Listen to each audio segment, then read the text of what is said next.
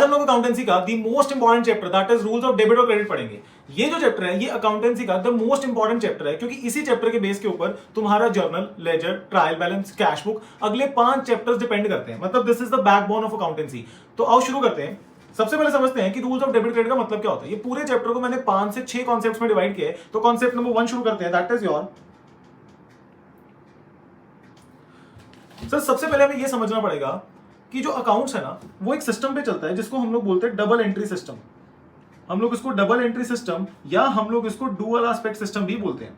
Sir dual aspect या double entry system का मतलब क्या होता है कि कोई भी बिजनेस ट्रांजैक्शन होगी ना उसका हमेशा डबल इफेक्ट होगा। सर कोई भी बिजनेस ट्रांजैक्शन का हमेशा हमेशा डबल इफेक्ट होगा।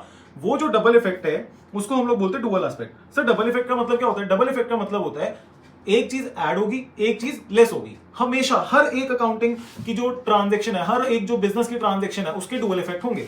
The number 1 aspect will be debit, second is your credit. One is your debit aspect, second is your credit aspect of your double entry system. Sir debit का मतलब plus और credit का मतलब minus? The answer is no. देखो debit का मतलब plus या credit का मतलब माइनस, ये डिपेंड होता है on the nature of account. जैसे कि एग्जांपल देता हूं, अगर तुम कैश अकाउंट की बात करो, अगर तुम्हारे बिजनेस में कैश बढ़ रहा है तो तुम्हारा डेबिट मतलब प्लस होता है, कम हो रहा है तो क्रेडिट मतलब माइनस हो रहा है।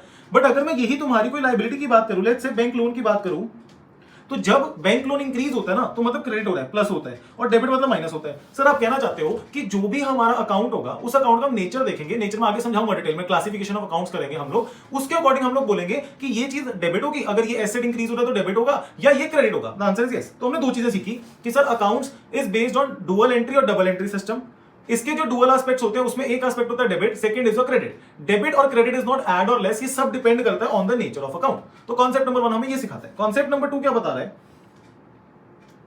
कॉन्सेप्ट नंबर 2 में बताता है rules of debit and credit. Rules of debit और क्रेडिट का मतलब क्या होता है? हमने इस पूरे अकाउंटिंग में जितनी भी बिजनेस ट्रांजैक्शन उसमें जितने भी अकाउंट्स इन्वॉल्व हैं उसको हमने क्लासिफाई किया। सर क्लासिफाई करने का मतलब क्या होता है? क्लासिफाई करने का मतलब होता है grouping up of similar things together. For example 10 बच्चे बैठे हैं, मैंने बोला तुम 5 जने लेफ्ट पे आ जाओ, तुम 5 जने राइट पे आ जाओ। सर आपने बोला आपने ऐसे क्यों किया, 2 ग्रुप्स क्यों बनाए? मैंने बोला यार तू एबीसी पब्लिक स्कूल का है, तू डीईएफ पब्लिक स्कूल का है। तो इसको बोलते हैं जो जो सिमिलर अकाउंट्स है ना उसको हम लोग एक पर्टिकुलर जगह पे रख देंगे, मतलब grouping up of similar things together. तो उसने बोला हमने क्लासिफिकेशन ऑफ अकाउंट्स की on the basis of 2 approaches, that is your number 1 is your traditional approach and second is your modern approach. Sir journal में कौन सी यूज करेंगे? तुम लोग दोनों में से कोई भी अप्रोच यूज कर सकते हो। हम लोग सबसे पहले शुरू करते हैं with traditional approach. What do you mean by traditional approach? कहता सर ट्रेडिशनल अप्रोच के अंदर हम लोगों ने अकाउंट्स को इन टोटल 3 पार्ट्स में डिवाइड किया। The number 1 is your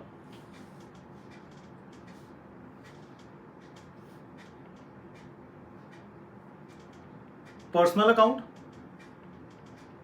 second is your real account and third is your nominal account।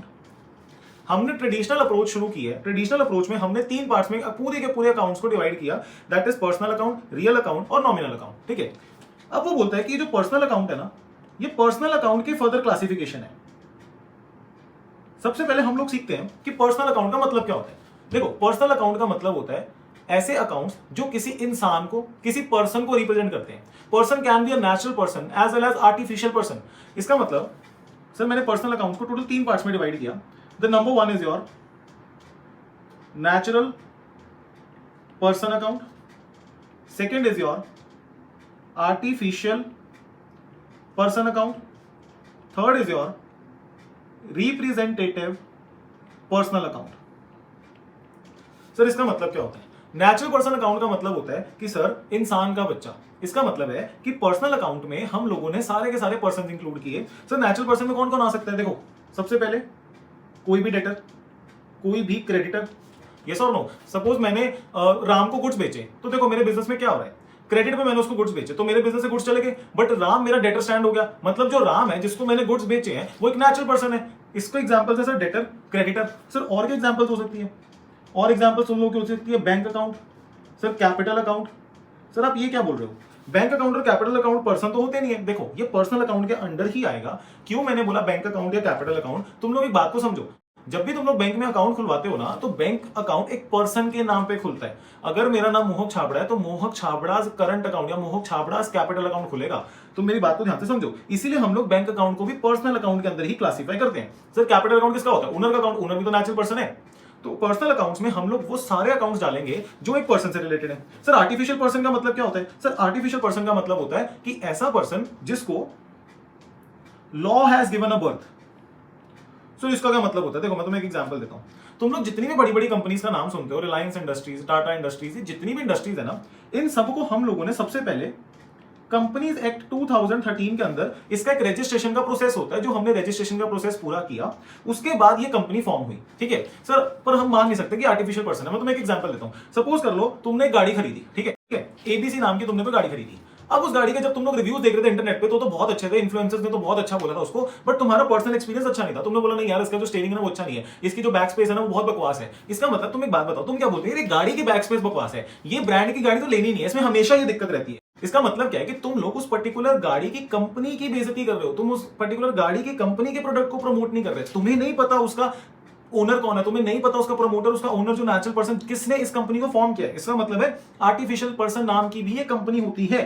बात को समझो, आर्टिफिशियल पर्सन का मतलब होता है ऐसा इंसान, वो सारे अकाउंट जिसको हमने कंपनीज एक्ट 2013 के अंदर किसी भी लॉ के अंदर रजिस्टर करवाए हैं। और इन सारी कंपनीज की अपनी एक कॉमन सील होती है। कॉमन सील का मतलब है जैसे नेचुरल पर्सन एक साइन कर सकता है, वैसे इनकी कॉमन सील होती है, एक स्टैंप होती है, जिसमें इंपॉर्टेंट पेपर्स पे ये लगाते हैं कि ये कंपनी ने अप्रूव किया है।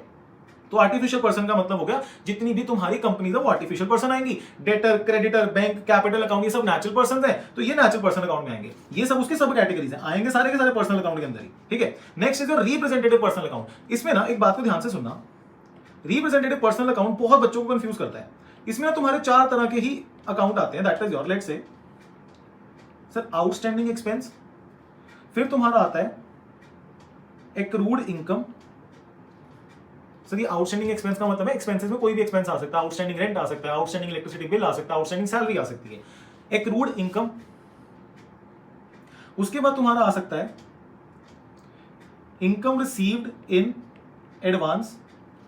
ठीक है, कि तुम्हारा कोई भी अगर एडवांस होगा तो वो आ सकता है इसके अंदर, या तुम लोगों का आ सकता है प्रीपेड एक्सपेंस। सर ये 4 वर्ड्स याद कर लो, एडवांस, आउटस्टैंडिंग, एक्रूड और प्रीपेड। ये तुम्हारा रिप्रेजेंटेटिव पर्सनल अकाउंट में आएगा। सर ये बात तो ठीक है, हम इसको लर्न कर लेंगे, बट हमें यही नहीं समझ आया कि वर्ड रिप्रेजेंटेटिव क्यों रखा। देखो सर, रिप्रेजेंटेटिव वर्ड का मतलब क्या होता है? रिप्रेजेंटेटिव वर्ड का मतलब होता है कि सपोज कर लो हमारे जो देश की गवर्नमेंट है वो रिप्रेजेंट करती है इंडियन पीपल्स को। मतलब हम लोगों ने हमारे लिए एक गवर्नमेंट को चूज किया है, जो गवर्नमेंट रिप्रेजेंट कर रही है हम सब लोगों को। ठीक है, अब देखो रिप्रेजेंटेटिव पर्सनल अकाउंट क्यों रखा। एग्जाम्पल दे रहा हूं, सपोज ये कंपनी है, इसका नाम है आईटीसी। आईटीसी जो कंपनी है, इसके पास इन टोटल 1 लाख इंप्लॉइज है, 1 लाख टोटल इंप्लॉइज है। Due to any reason, due to ये आईटी सेक्टर इतना आजकल काम नहीं कर रहा, तो हो सकता है इस कंपनी ने ना 20,000 इंप्लॉइज की सैलरी अभी तक नहीं दी। Let's say first of every month जो तुम्हारी ड्यू डेट होती है, ठीक है, उस अकॉर्डिंग पेमेंट हो जानी चाहिए थी। हर महीने की 1 तारीख को पेमेंट होनी चाहिए, बट अभी तक पेमेंट नहीं हुई। कितने एम्प्लॉयज को पेमेंट हुई सर? 20,000 एम्प्लॉयज को नहीं हुई। इसका मतलब है सर कि मुझे इन सब एम्प्लॉयज को पेमेंट करनी है। मतलब एक तरह से मान लो ये मेरे क्रेडिटर्स है। क्रेडिटर्स का मतलब क्या होता है? जिनको पैसा देना है। वो ठीक है कि सेल वाले को क्रेडिटर बोलते हैं, बट एक मान लो कि हमारी लायबिलिटी है, हमें इसको पैसा देना है। अब तुम लोग एक बात सुनो, मैं क्या करूं? मैं सब 20,000 एम्प्लॉयज का नाम लिखूं कि मोहन की 10,000 की सैलरी रहती है। लेट से एक सोहन नाम का एम्प्लॉय है, इसकी 5,000 की सैलरी रहती है। लेट से गीता नाम की एक एम्प्लॉय है, इसकी 12,000 सैलरी रहती है। मैं बोलता हूं चलो ऐसे ए बी सी डी ये सारे एम्प्लॉयज हैं, इनकी जो जो अमाउंट की सैलरी रहती है। अब मेरे को एक बात बताओ, क्या मैं 20,000 एम्प्लॉयज का नाम लिखूं?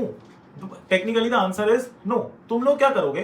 तुम लोग एक अकाउंट खोल दोगे। उस अकाउंट का मतलब होगा, लेट्स से मैंने एक अकाउंट खोला, आउटस्टैंडिंग सैलरी अकाउंट। सर ये जो आउटस्टैंडिंग सैलरी अकाउंट है ना, इसमें सीधा सीधा लिख दो ये 20,000 एम्प्लॉयज की लेट से 10,000 सैलरी अभी तो तुमने देनी है, तो जो भी नेट फिगर होगी वो तुम टोटल आउटस्टैंडिंग सैलरी अकाउंट में डाल दो। इसका मतलब है ये वाला account is representing all the employees जिनको अभी तक सैलरी की पेमेंट नहीं हुई, इसलिए हम इसको बोलते हैं रिप्रेजेंटेटिव पर्सनल अकाउंट। बात को ध्यान से समझना। सबसे पहले traditional approach, personal account, real account, nominal account. Personal account थोड़ा ट्रिकी लगता है बच्चों को। 3 तरह के पर्सनल अकाउंट होते हैं, natural, artificial, representative. Natural personal account में क्या होता है sir? Debtor, creditor, bank, capital. Bank capital क्यों आया? क्योंकि बैंक एक पर्सन के नाम पे खुलता है, बैंक जो है एक कंपनी के नाम पे भी खुल जाता है, तो कंपनी भी एक तरह की पर्सन है, तो fall under personal account. Capital owner का अकाउंट होता है, तो वो इसीलिए ओनर भी एक नेचुरल पर्सन है, इसलिए हमने इसको यहां डाला। एक बात को ध्यान से सुनना, ये मैं अभी यहाँ पे ब्रैकेट को डाली, मैं तुम्हें बाद में बताऊंगा, ठीक है। उसके बाद आर्टिफिशियल पर्सन क्या होता है? आर्टिफिशियल पर्सन मतलब एक ऐसी कंपनी जिसको लॉ ने फॉर्म किया है, the birth has been given by the law और any particular act. Representative personal account में चार चीजें आएंगी, आउटस्टैंडिंग, एक्रूड, प्रीपेड और advance.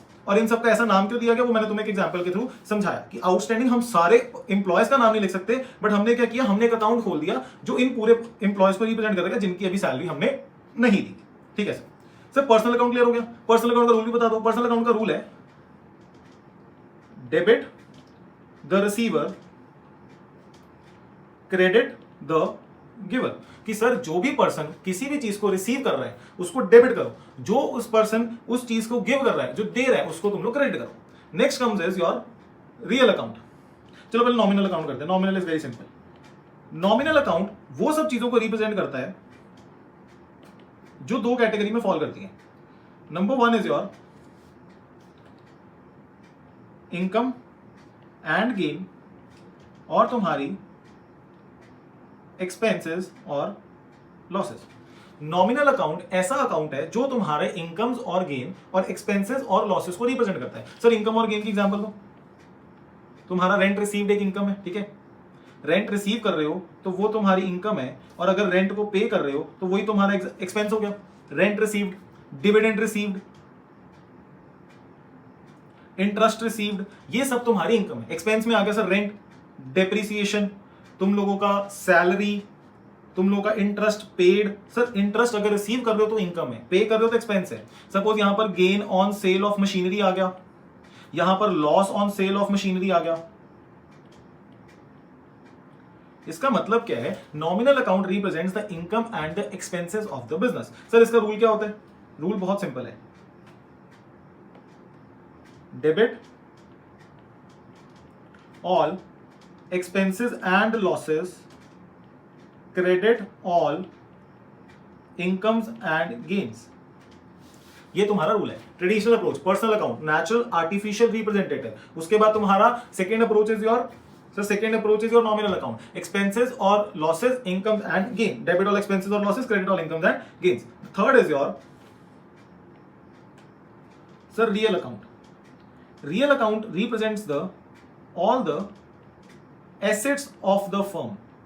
Sir assets of the firm का मतलब एग्जांपल देता हूं, जैसे मशीनरी, प्लांट और मशीनरी हो गया, लैंड एंड बिल्डिंग हो गया, ठीक है। कोई तुम लोगों ने इन्वेस्टमेंट्स करके रखी है वो हो गया। सर अब एक बात बताओ, आपने बोला real account represents all the assets of the firm, तुम डेटर भी एक एसेट होता है, बट इसको तो आपने पर्सनल अकाउंट में डाला। मेरी बात को ध्यान से सुनो, जो भी तुम्हारा डेटर है, मैंने तुम्हें क्या समझाया? डेटर इज अ पर्सन, एक नेचुरल पर्सन है, एक ऐसा इंसान जिससे पैसा हमने वापस लेना है, इसीलिए हमने उसको नेचुरल पर्सन में डाला। तो इसमें तुम सारे एसेट्स ले सकते हो बट डेटर को नहीं ले सकते, ठीक है।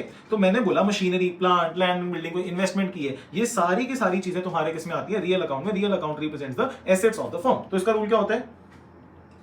Debit what comes in, credit what goes out. देखो अभी तक दोबारा रिवाइज करते हैं। ट्रेडिशनल अप्रोच में तीन पार्ट्स में क्लासिफिकेशन है, personal account, nominal account, real account. Personal account के नीचे तीन हेड्स हैं। Number one is your natural person, artificial person, representative personal account. इसका रूल क्या होता है? Debit the receiver, credit the giver. फिर तुम्हारा आता है नॉमिनल अकाउंट, सारे के सारे एक्सपेंसेस, लॉसेस, इनकम्स और गेन इसमें आएंगे। रूल सिंपल है, debit all expenses and losses, credit all incomes and gain. Third is your real account. Real account represent all the assets except debtor, ठीक है। Machinery, plant, land, building, तुम्हारा अगर कोई भी कैश है तो वो इसमें आएगा। सर बैंक अकाउंट इसमें आएगा? बैंक अकाउंट इसमें नहीं आएगा क्योंकि वो पर्सन के नाम पे खुलता है। या तो फर्म के नाम पे बैंक अकाउंट खुलता है तो आर्टिफिशियल पर्सन, या तो अगर एक नेचुरल पर्सन के अकाउंट पे खुल रहा है तो नेचुरल पर्सन अकाउंट, तो पर्सनल अकाउंट में आता है। तो रियल अकाउंट का रूल क्या होता है? Debit what comes in, credit what goes out, ठीक है सर। यहां तक समझ आ गया।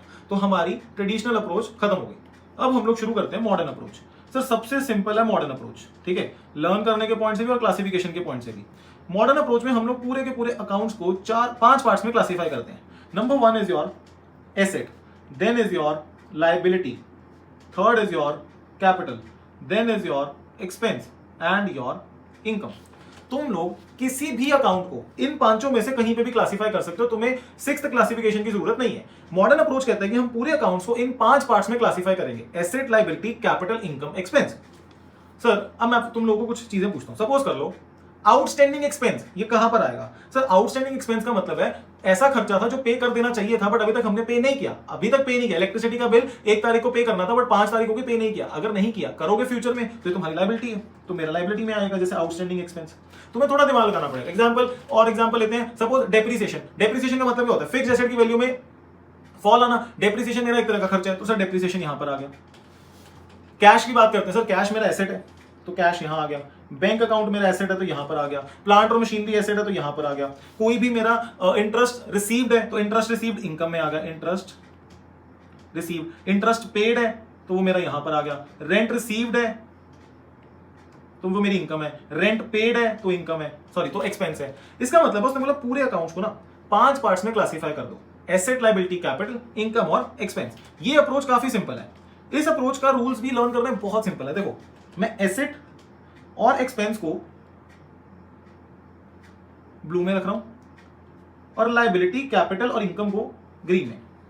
इसका मतलब है कि तुम्हें बस 2 रूल लर्न करने हैं, वो भी मैं तुम्हें बहुत इजी एक ट्रिक से करवा दूंगा और वो सब पे अप्लाई हो जाएंगे। देखो जो एसेट और एक्सपेंस का रूल है ये सेम है। रूल इज एड्स, ठीक है। एड्स का मतलब क्या होता है sir? Asset increase debit, AID, asset increase debit. तो सर अगर एसेट इंक्रीज डेबिट हो रहा है तो एक्सपेंस का भी सेम रूल है, तो एसेट या एक्सपेंस इंक्रीज होंगे तो डेबिट कर देना। इसका उल्टा, एसेट या एक्सपेंस डिक्रीज होंगे तो क्रेडिट कर देना, ठीक है। तो एसेट और एक्सपेंस अगर इंक्रीज होते तो डेबिट करो, डिक्रीज होते तो क्रेडिट करो। Sir next is your liability, capital और इनकम। इसका सिंपल निमोनिक है LIC। LIC क्या बोलता है? LIC बोलता है कि सर मेरी लायबिलिटी है, ठीक है, या कैपिटल है या कोई भी इनकम है। याद रखना लायबिलिटी, I मतलब सर इंक्रीज, C मतलब सर क्रेडिट। इसका मतलब liability increase credit, liability, capital, income decrease कर दोगे तो उसको हम लोग डेबिट कर देंगे। कहने का मतलब क्या है कि पूरे की पूरी मॉडर्न अप्रोच 5 पार्ट्स में divided, asset, liability, capital, income, expense. Asset और एक्सपेंस का रूल सेम है। एक वर्ड याद रख लो, एड्स। एसेट या एक्सपेंस इंक्रीज डेबिट, एसेट या expense decrease credit. LIC liability, capital, देखो कैपिटल भी तो लायबिलिटी होती है ना, सेम रूल लगेगा। और इनकम इंक्रीज होगी तो क्रेडिट, डिक्रीज होगी तो डेबिट। तो ये थी हमारी मॉडर्न अप्रोच। तुम लोग जर्नल में कोई भी अप्रोच यूज कर सकते हो, ट्रेडिशनल करो, मॉडर्न करो। मैं तुम लोगों को रेकमेंड करूंगा कि मॉडर्न अप्रोच करना। तुम्हें पेपर में MCQs आ सकते हैं कि वो बोलेंगे कि let's say income received in advance, ये कौन सा अकाउंट है? तो ये पर्सनल अकाउंट है। और अगर तुम्हारा ये मॉडर्न अप्रोच में देखोगे तो लायबिलिटी है, क्योंकि इनकम रिसीव अभी हो गई, अभी तक सर्विसेज या प्रोडक्ट देना बाकी है। इसका मतलब क्या है कि तुम लोगों को क्लासिफिकेशन ऑफ अकाउंट्स आने चाहिए। जर्नल में तुम लोग कोई भी अप्रोच लगा सकते हो, ठीक है। सेकेंड थिंग इज कि तुम लोगों को जब भी तुम पर्सनल अकाउंट में रिप्रेजेंटेटिव पर्सनल अकाउंट और नेचुरल पर्सनल अकाउंट पढ़ोगे तो तुम लोगों को ये ध्यान में रखना है कि जो डेटर क्रेडिटर्स है ना, ये तुम्हारे पर्सनल अकाउंट में आते हैं, क्योंकि क्रेडिटर हमारी लायबिलिटी होती है बट हम उसको वहां नहीं डाल रहे। तो बस ये छोटी छोटी चीजों को तुम लोगों को ध्यान रखना है जब तुम स्पेशली पर्सनल अकाउंट और रिप्रेजेंटेटिव पर्सनल अकाउंट्स के अंदर कौन कौन से अकाउंट्स आ रहे हैं उसको तुम लोग पढ़ोगे। तो आई होप तुम लोग को ये लेक्चर समझ आया होगा। और अगर इस चैप्टर के रिलेटेड तुम्हें कोई भी डाउट है तो प्लीज कमेंट डाउन बिलो।